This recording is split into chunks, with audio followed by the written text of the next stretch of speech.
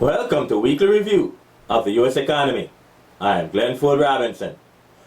Non-farm payroll disappoints while private employment rose. The U.S. trade balance for November improved nicely, beating market expectation of negative $43.8 billion. These stories and more after the break.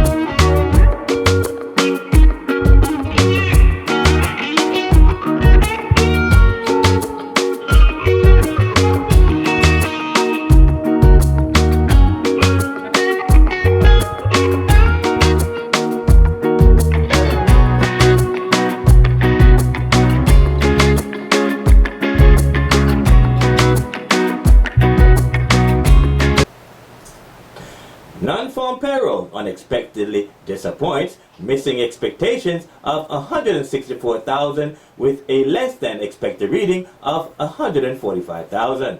The non-farm payrolls report measures changes in the total number of people employed during the previous month, excluding the farming industry. A higher than expected reading should be perceived as positive for the U.S. economy and bullish for the U.S. dollar, while a lower than expected reading should be perceived as negative for the U.S. economy and bearish for the U.S. dollar. The Bureau of Labor Statistics released the non-farm payroll report on Friday, January 10th, 2020 at 8:30 a.m. New York time. So, what does this mean, may I ask? The unemployment rate came in steady, matching forecasts of 3.5% and a previous reading of 3.5%. So, with a reduction in non-farm jobs and unchanged unemployment data, it seems as if employment increased in another sector of the economy. But where? Let's try to find out. Through further investigative fundamental analysis, we noticed that the automatic data processing ADP non-farm employment change report for December increased, coming in much higher than market expectation of 160,000 jobs by posting a reading of 202,000 jobs, beating previous readings of 124,000 jobs. The ADP National Employment Report measures changes in non-farm private employment. The measure is based on the payroll data of approximately 400,000 U.S. business clients. The ADP released the non-farm employment report 2 days before the government's data. The ADP report often predicts the government's non-farm payroll report. However, the change in ADP report can be very volatile. Our investigation has therefore revealed the reason why the government's non-farm payroll report came in less than expected, while the unemployment report came in unchanged. And that reason is because private employment increased. But why? Let's find out. A higher than expected ADP non-farm employment change reading should be perceived as positive for the U.S. economy and bullish for the U.S. dollar, while a lower than expected reading should be perceived as negative for the U.S. economy and bearish for the U.S. dollar. Automatic Data Processing released the ADP non-farm employment change report on Wednesday, January 8, 2020 at 8:15 a.m. New York time.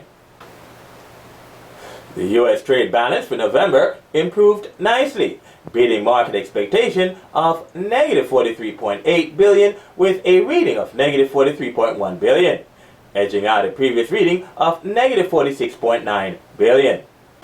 The trade balance report measures differences between imported and exported goods and services over the reported period. A positive movement along the number line indicates that more goods and services were exported than imported. The U.S. therefore sold more goods and services to other countries, causing money to flow from other countries' bank accounts back into U.S. bank accounts. In other words, imports of goods and services into a country counts as a negative toward the country's trade balance, a country balance sheet, while exports of goods and services counts as a positive towards the country's trade balance or country's balance sheet. A higher than expected reading of the trade balance report should therefore be perceived as positive for the U.S. economy and bullish for the U.S. dollar, while a lower than expected reading should be perceived as negative for the U.S. economy and bearish for the U.S. dollar. As a result of this, Forex traders who trade using fundamental analysis will open up bullish positions on the U.S. dollar. In layman's terms, these traders will start buying the U.S. dollar because they anticipate the value of the U.S. dollar to rise as a result of the positive trade balance. The imports number came in better than previous reading, posting a 2 billion decrease in imports with current reading of 252 billion and previous reading of 254 billion. The imports report measures the total number of goods and services brought into the country through legitimate means for use in trade. Foreign producers import goods and services to U.S. consumers. A higher than expected reading should be perceived as negative for the U.S. economy and bearish for the U.S. dollar, while a lower than expected reading should be perceived as positive for the U.S. economy and bullish for the U.S. dollar. Traders don't immediately respond to these economic data all the time. Sometimes it takes anywhere from a week to several weeks for the market to respond to these changes. One would anticipate that the Euro-USD currency pair will start going down within a week of the trade balance release date. The Bureau of Economic Analysis released the trade balance report on Tuesday, January 7, 2020 at 8:30 a.m. New York time. This is one of the many reasons why fundamental analysis should be added to any successful trading plan. This is also the reason why I write these economic review articles and host these economic review videos. This approach helps successful traders find hidden gems in the market. Trading foreign currency as a successful trader is more than just looking at technical indicators. It is looking at the market from a fundamental, technical, and sentimental perspective. Successful forex traders approach their markets as investors first. This is why they are successful. They don't approach the market because they are desperate for money. They approach the market to execute a successful trade because they know the money will come after their trades becomes profitable. Successful traders also don't have very high and outrageous expectations of making $1 million from one trade. Successful traders also know who the nefarious players are.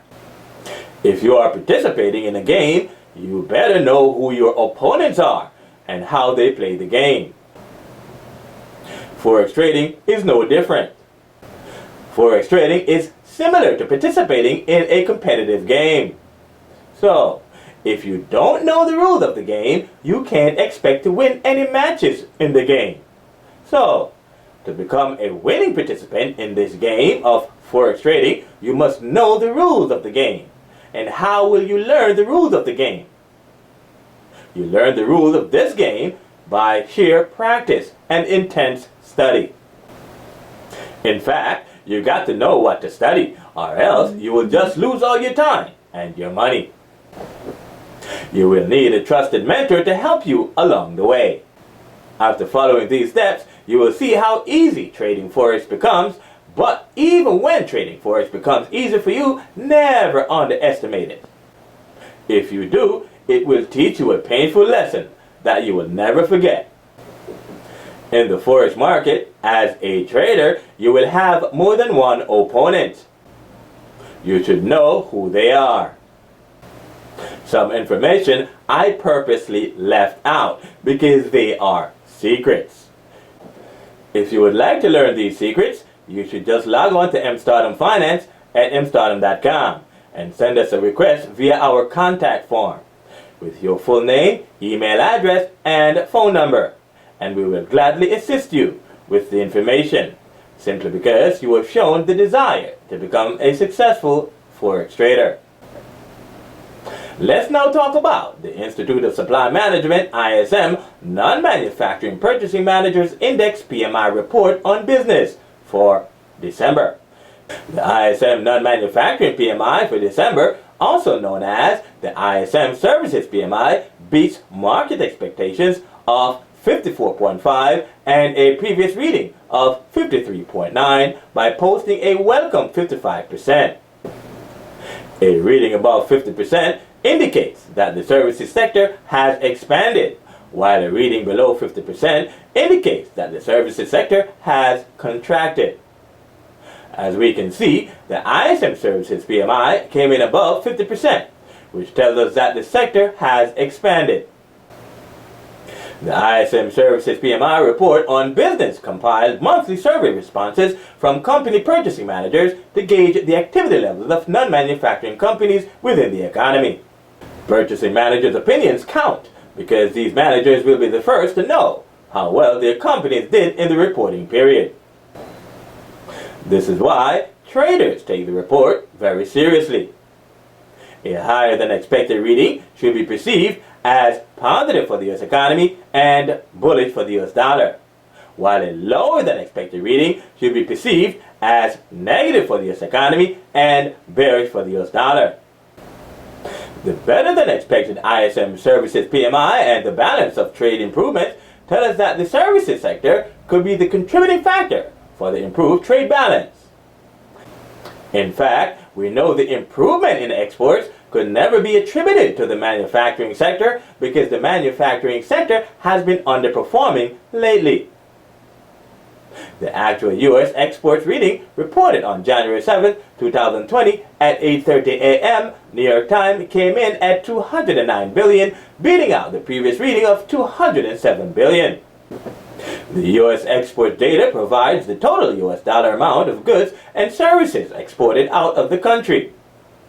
A higher than expected reading should be perceived as positive for the U.S. economy and bullish for the U.S. dollar, while a lower than expected reading should be perceived as negative for the U.S. economy and bearish for the U.S. dollar. Let's see how the U.S. exports number relates to the services sector and private employment. Remember that we mentioned that private employment increased, illustrated by the increase in ADP non-farm employment? Well, according to the U.S. Commercial Service, a basis guide to exporting, the United States leads the world in producing and exporting services. And to top it off, the services sector, including all private sector economic activity other than agriculture, mining, construction, and manufacturing, happens to be the largest component of the U.S. economy. In fact, the service sector accounts for 90 million jobs. That is nearly 80% of the private sector gross domestic product, GDP. With these confirmations, we can feel confident that the increase that we saw in the services sector was due in part to the increase in U.S. exports because the services sector plays such a large role in overall economic activity and GDP. Disclosure: the mstardom Finance trading team currently trades the Euro-USD currency pair, utilizing long, short, and hedging strategies. Please like, subscribe, and check the bell so you'll know when new weekly videos are uploaded. mstardom Finance, commercial break. Are you a successful forex trader or a successful stock trader and want to gain even more success as a trader? Well, look no further than the Nonfarm Finance weekly review of the U.S. economy. The weekly review comes in a video format and an article format. The video format, hosted by Glenford Robinson, can be seen on the Nonfarm Finance YouTube channel, and the article format can be seen on the Nonfarm Finance website at nonfarm.com. For in-depth fundamental analysis of how to create a forex and a stock trading strategy using the data presented in our videos and articles, please contact 631-747-7237. Disclaimer: information in this video and in our articles published on mstardom.com may contain forward-looking statements which could involve high risk and uncertainties. Markets and instrument profiled in our videos and in our published articles are for informational purposes only and should never be taken as professional investment advice or recommendations to buy or sell in these assets. You should do your own in-depth research before making any investment decisions. Nonfarm Finance does not guarantee that the information presented in our videos and articles is free from mistakes, errors, or material misstatements. It also does not guarantee that this information is timely in nature. Investing in open markets involves a high degree of risk, including the loss of all or a portion of your investment, as well as emotional distress. All risk, losses, and costs associated with investing, including total loss of principal, are your responsibility. I am Glenford Robinson. I will be back next week with another edition of Weekly Review of the U.S. Economy.